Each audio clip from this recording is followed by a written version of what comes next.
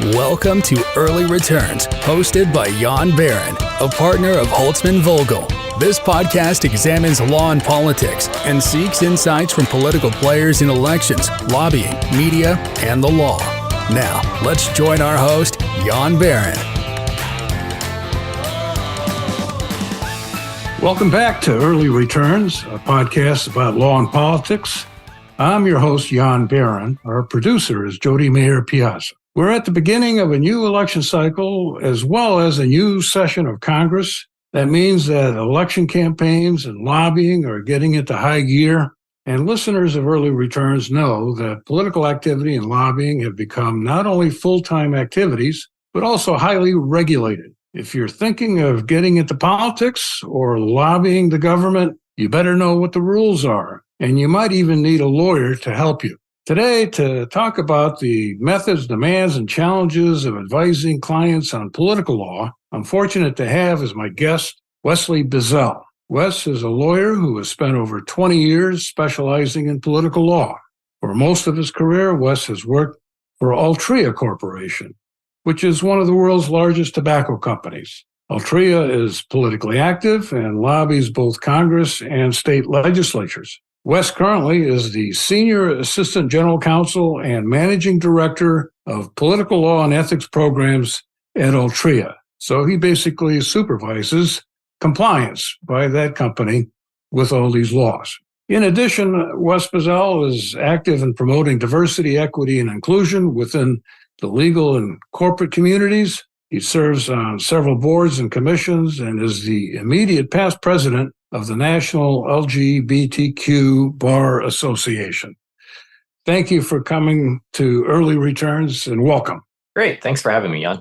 Well, to get us started, why don't you tell our listeners a little more about yourself, where you grew up, and how you became an expert in political law?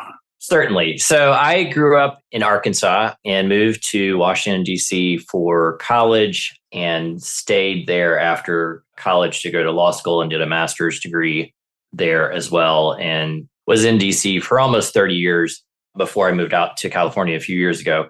I think like most political law practitioners, it wasn't on my radar when I went into law school. I had worked on Capitol Hill, so I knew what it was.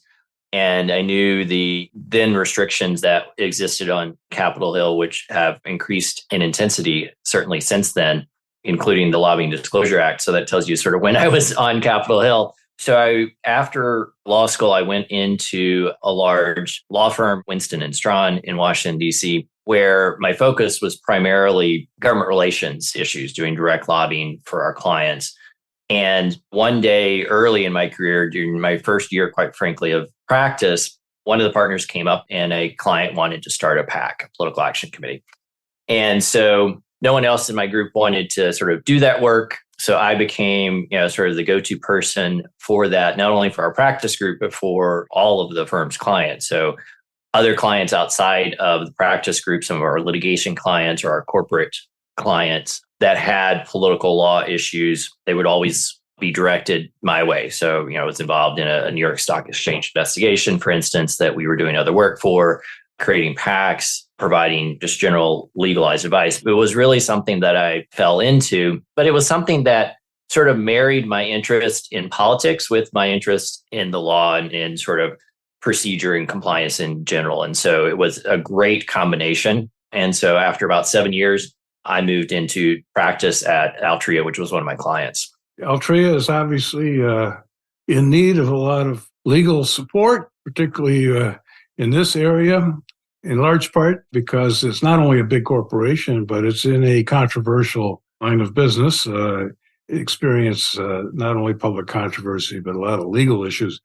What was your thinking about transitioning from law firm to a company that was in the tobacco products industry? Any blowback or hesitancy on any of that? Well, like I said, they were one of my clients. I wasn't doing political law work for them. Actually, I was doing legislative work for them and had come into contact with them through that. And so I was helping the Winston & Strawn team lobby for passage of the Tobacco Control Act, which gave FDA the authority to regulate tobacco, which was something that Altria was in support of and was the only cigarette company supporting that legislation.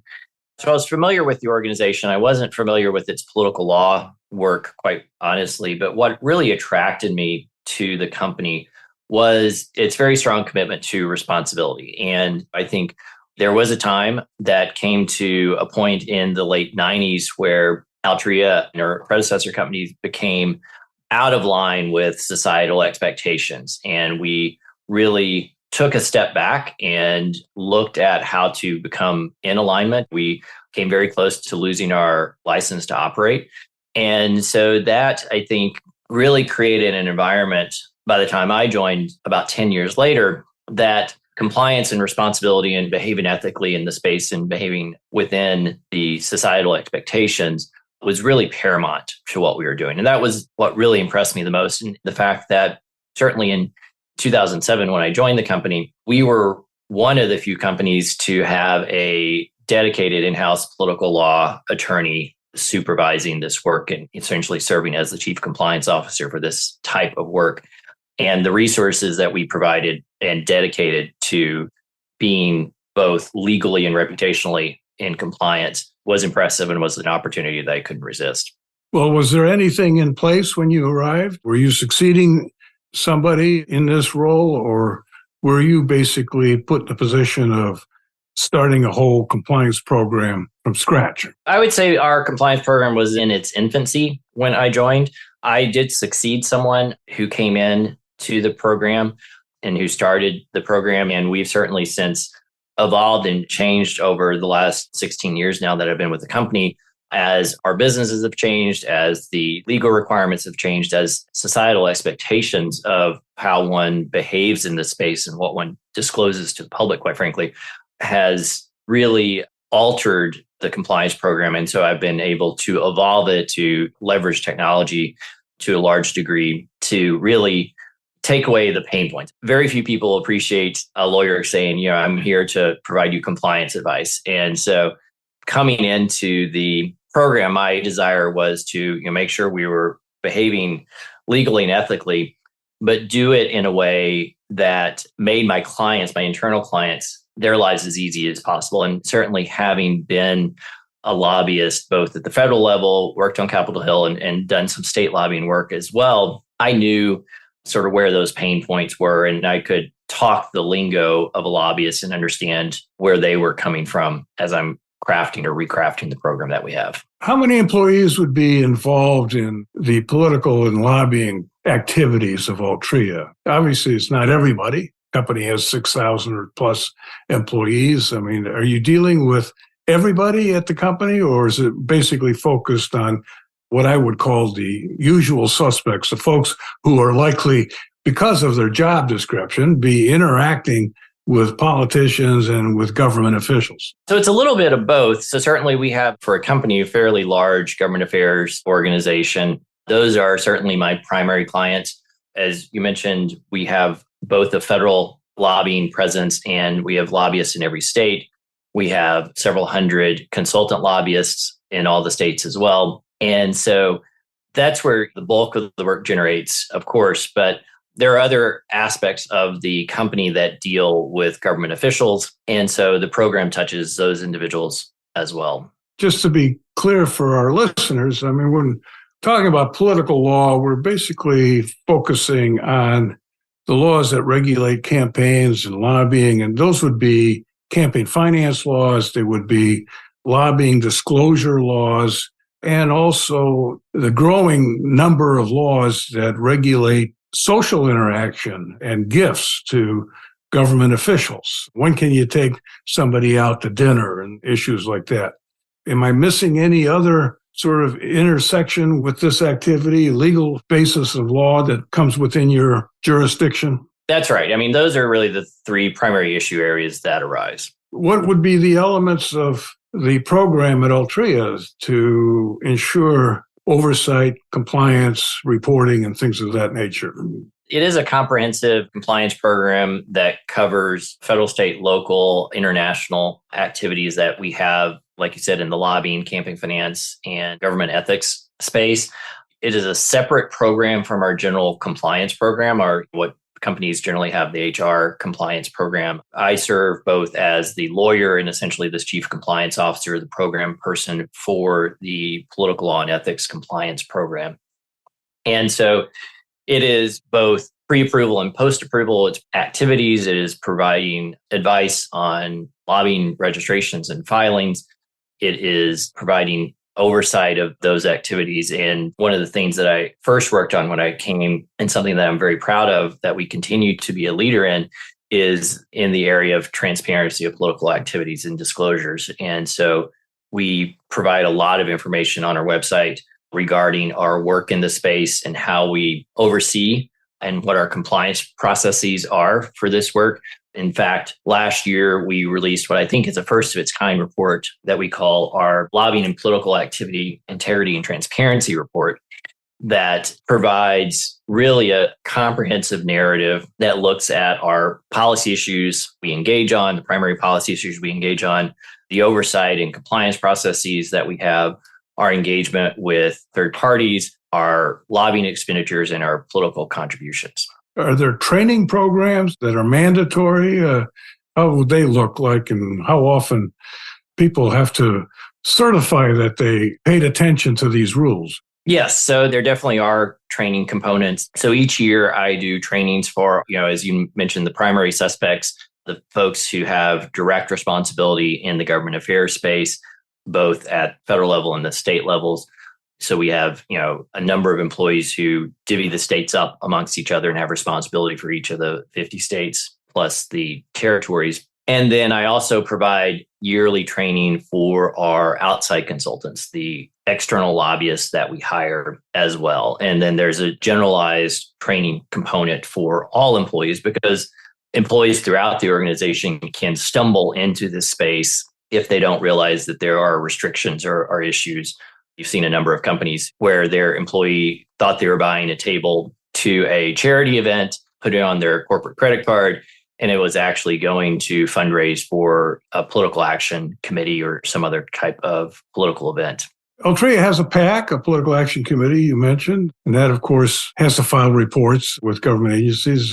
Does it use a PAC to make political contributions to both federal candidates as well as state candidates?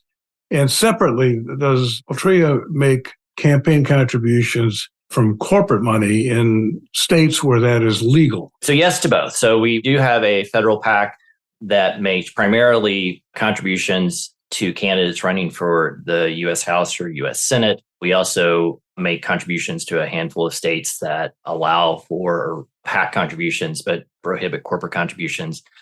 And then we do make corporate contributions in those jurisdictions where that is permitted. There's a handful of states. I think we don't make contributions in 5 states where it is impracticable, essentially, based on the state laws, to operate a federal PAC within those jurisdictions. We are definitely active in the political sphere in almost every state. In addition to all that activity, I know from your bio, which we've posted on our website, that has more details about all of your professional activities, Altria is very conscious about diversity, equity, and inclusion. It has a gay rights organization. I believe that you're either the head of, and certainly very prominent in that. How did that evolve institutionally at the company? That's a great question. And so we have an employee resource group, or what's often known as an ERG, for LGBTQ plus individuals. That organization, our ERG, turns 10 this year. I was one of the founders of it and the incoming chair for it for 2023. It was something, that I'm happy that we did. We were a little late to the game, quite frankly, compared to other Fortune 500 companies in this space, but have really made some tremendous progress in the diversity, equity, inclusion space since then. And so I think we have over a dozen employee resource groups now that, range from Asian American Pacific Islanders, Black Americans, to people with disabilities, to experienced hires. And we have a women in manufacturing, a women in sales organization as well. And so those really allow employees to help change the organization, to have a way to drive change within the organization, to elevate issues that might be pain points for people within the organization. And so through my work with Mosaic, we've helped change policies. We've helped get the company involved in charitable organizations that deal with LGBTQ plus issues. We've also taken a stand on LGBTQ plus equality issues. And in addition to what you've done at Altria, you've been proactive on these issues outside of the company, presumably outside of your usual professional responsibilities there. As I mentioned in my introduction, you are the immediate past president of the LGBTQ plus Bar Association, the National Bar Association. I have to admit, until you became president, Wes, I was not familiar with that bar association. And of course, you and I go back many years. So it was something that I was quite interested in learning about. Basically, I don't know when it started and how you wound up being the president. Sure. I'm happy to tell you the story. I actually love the origin story of the National LGBTQ plus Bar Association. So in 1987, there was the second lesbian and gay march on Washington, and a group of lawyers came together during that march and met and decided that it was necessary to have a national affinity bar for LGBTQ plus lawyers. There were a number of city-based LGBTQ plus bar associations. Interestingly, none of them use the word lesbian or gay, or certainly not bisexual or transgender or queer in their title. There was one here in San Francisco called the Bay Area Lawyers for Individual Freedoms, for example. And so they were more under the radar, which makes sense for the 1980s during this time.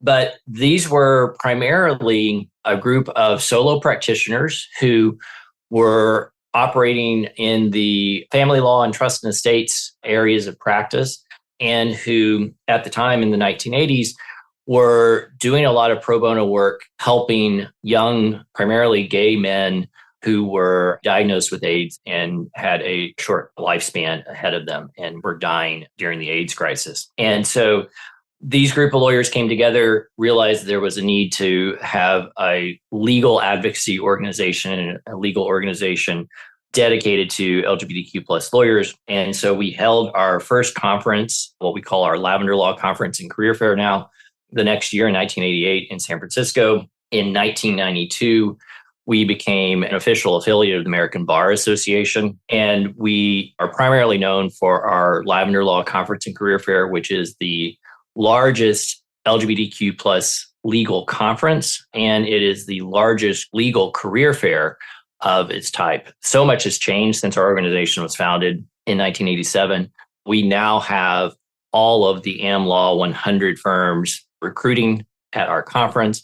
That was not happening, of course, in 1987. And the reason why the organization was founded by people who were solo practitioners primarily is because openly gay lawyers weren't being hired by large law firms. And if you were LGBTQ plus at a large law firm, you were almost always in the closet. So we have certainly changed and morphed over time. Our focus area is helping law students who are LGBTQ plus, all the way through lawyers who are experienced in their careers. Does the association have an office? Does it have staff? If so, where are they? Also, how many members are there of the association? We do have paid staff based in Washington, D.C. During my 2-year term as president, we significantly expanded the staff that we have. And so we aim to represent all LGBTQ plus lawyers, no matter what their practice is, no matter where they practice in government or in nonprofits or in corporations or in law firms of whatever size. And so we generally bring in about 2,000 people to our conference every year. And our membership is certainly over that. But we're really happy to continue to see the legal community sort of embracing LGBTQ plus equality issues. And we work with corporations and law firms to do trainings, to help with recruitment, and to help them be a place that retains and attracts LGBTQ plus talent. I gather that the Bar Association does not have a political action committee. It doesn't get involved in making political contributions, but it does engage in lobbying and public advocacy on these issues. That is correct. We do not have a political action committee, but we do have a couple of core issues that we feel we are particularly well suited to engage on. One of them is the LGBTQ plus panic defense, which essentially is a legal tactic that's designed to play into longstanding prejudices against the LGBTQ plus community that allows people who assault and oftentimes murder an LGBTQ plus victim to claim that it was the sudden revelation of the LGBTQ plus person's identity that provoked them or caused them to commit the crime. That unfortunately continues to be a problem to this day. We started on this issue in about 2010, and in 2013 convinced the American Bar Association's House of Delegates to adopt a policy calling for the ban of the panic defense. And since then, we have successfully worked to have 17 states adopt the ban. And during my term as president, and even today, I'm still highly involved in that activity where we testify before various state judiciary committees on the topic, work with the proponents and the sponsors of the legislation to help get these bans passed. And what other issues does the Bar Association have on its priority list for advocacy? The other priority issue that we have is what we call the Juror Non-Discrimination Act. And so it would prohibit jurors from being discriminated against because of their sexual orientation or gender identity. Does the Bar Association have a position with respect to these issues that keep coming up to the Supreme Court about First Amendment and artistic rights of certain commercial sellers of wedding cakes and florists and things of that sort, and whether they can discriminate among their customers for being LGBTQ? We do. We actually have a program where we do submit amicus briefs to the Supreme Court on these issues. We certainly feel like exceptions to non-discrimination laws are very problematic and create a very large loophole and deny protections to LGBTQ plus individuals. And so we are supportive of comprehensive non-discrimination laws. We do coordinate with the other LGBTQ plus civil rights organizations on these types of issues as well. In your work for Altria, especially in their political contribution activities, they support candidates of all sorts, I assume. Do they evaluate a candidate's position on social policy and on any of these issues that you are active in with respect to LGBTQ plus bar priorities? Has there ever been a tension in your experience between what your client is doing and maybe your position on the same issue? I will say that we have a very sort of robust review process for our political contributions that not only looks at the legality issues that sort of fall within my purview, but also looks at whether and where these individual candidates align with our own internal both policy priorities and corporate values. And so we do look at these issues. I think like any company, we don't agree 100% with any individual candidate. In my view, that's very similar to how each of us individually operate as voters. We are never going to align perfectly with a candidate that we decide to vote for, but we weigh everything in the balance and determine whether to support a candidate or not. So certainly their views on how they align with our diversity, equity, inclusion beliefs is part of that mix. The role of corporations in politics and in America in general is changing quite a bit. It used to be back in the 1950s, of course, the president of General Motors said whatever is good for General Motors is good for America as long as they could make cars and make profits and distribute dividends to their shareholders and so forth. Obviously, that is changing extensively in the last few years in terms of what is a proper role of corporations. Should they have a greater role in cultural and social issues, the environment, the so-called ESG debate, environment, social governance, seems to be popping up quite a bit in two areas. One is when companies have a PAC and they're deciding whether to support certain candidates, as you say, can't agree with everybody on everything. So these candidates could have different positions on LGBTQ issues, on abortion, on their environmental positions, and so on. And then it's coming up in terms of their lobbying and their just public posture. And I think the most notable instance in the last year and a half or so was down in Florida, and when the legislature had legislation that was banning instruction in certain elementary grades about sex and gender, the so-called Don't Say Gay bill. The Disney company decided that was something they needed to say publicly, in part because they were responding to what their employees were saying and were urging the company to do. What's your view on what's going on here? Are the changes that big? Are they happening that quickly? Is there now a sort of reaction to instances like the Disney episode in Florida? What do you have, if any, predictions on how that's going to continue going forward? It's going to be reflected in all companies, large public companies, and certainly it seems something that would be of importance and discussion at a company like Altria, which already has had to increase its social sensitivity for a variety of reasons because of the industry that it's in. I think you're right. I think the environment is challenging for companies that wish to engage in social policy type issues and take stands that align with their stated corporate values. We've seen that ebb and flow since the 1980s. So if you look at companies that were anti-apartheid and taking stands on apartheid and sort of the backlash that they may have received at that time, what the driver is two things. So one is a increasingly declining trust in government. So people's trust in government, if you look at surveys, is going down and continues to go down. And so many people are looking to companies to sort of step in and try to help solve social problems. That is partly, I think, a generational issue. So as younger employees, millennials and Gen X employees come into the workforce or in the workforce, they have very defined views on what a company should and should not be doing. And so they sort of reject that view from the GM CEO that all you have to do is worry about profit, that they want corporate good to be social good. So that's one thing that's driving it. But also the other thing on the opposite end of the spectrum is the political polarization that we see in today.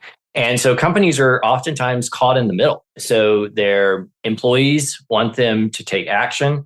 Some of their investors do, some of their investors don't. As you mentioned, you're seeing an increasing number of politicians who are taking aim at companies that do. Disney was certainly not the first. Delta Airlines felt it in Georgia a few years prior to that as well, where the legislature attempted to take away some tax breaks that company had on aviation fuel. So it really requires a company to be thoughtful as they engage in this space. I'm pleased that Altria has continued to take stands that are in line with our corporate values on a wide variety of issues. So we are a company that's based and headquartered in Richmond, Virginia. And so our CEO came out in support of the removal of the Confederate monuments, for instance, that existed in our home city. We have supported and lobbied in favor of LGBTQ plus equality issues. But I think what it requires is that a company can't just sort of jump into this without ensuring that its own actions are aligned with what they're asking others to do, number one. And they have to be thoughtful and strategic about how they engage. I mean, clearly, I am a realist. And while I think it would be great if any company weighs in on these issues are occurring in 50 plus jurisdictions, right? They're the 50 states, the US Congress, localities as well.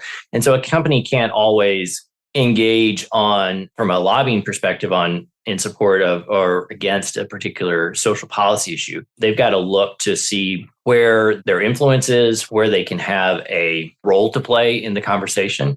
And that's going to vary company by company. And so I think from the LGBTQ plus perspective, I will say that I don't think we would be where we are today in terms of LGBTQ plus equality issues had it not been for companies internally doing the right thing, starting in the 1990s, where they were providing anti-discrimination provisions within their corporate policies, where they were providing benefits for domestic partners. And so those types of issues, I think, helped change the conversation and help push government to act, and as we've seen in the past. But it is a difficult issue, and it's something that I think, having helped Altria sort of develop the criteria that we look at to engage on social issues, it requires some type of thoughtful criteria. It requires a mix of people. This is not just something that the government affairs shop should be responsible for. You need different inputs. You need sort of a collaborative team effort.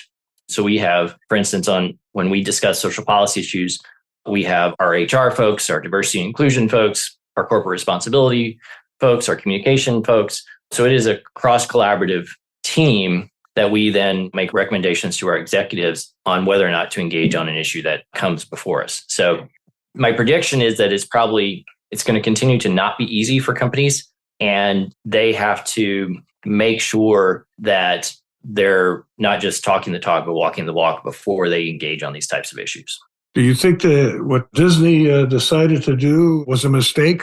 And if so, what were the mistakes? I think Disney, not knowing what happened internally, but looking at it from the outside, it appeared that Disney was caught a little flat-footed on the issue, and then reacted only and took a position only when their employees raised some consternation about the lack of activity of the company. And so jumping in at the last minute, as you know, in a policy battle is rarely successful to begin with. And so acting earlier could have been helpful, and looking at other ways to influence. So sometimes it is, the company speaking in its own voice. Sometimes it's joining together with others to speak out on an issue. Sometimes it's working through trade groups or other membership organizations that they may be involved in. And then sometimes I think we don't see this as much these days, but I think it's something that could be very beneficial, is giving the employees their own platform to speak in their own voice. So making it easier for employees to communicate with their own elected officials. Companies do this on the grassroots perspective on sort of business-oriented matters, but very few companies provide that opportunity for employees to speak out on social policy issues. So I think looking at the array of options that Disney had, I would say they got involved late and they didn't sort of utilize the best options that they could have. Well, based on the public reports, it sounds like they didn't do what you had just suggested is really important if a company is going to get involved in any sort of public issue, which is you've got to have your internal team together. You've got to have your government affairs folks. You got to have your communications folks. Yes, the HR folks.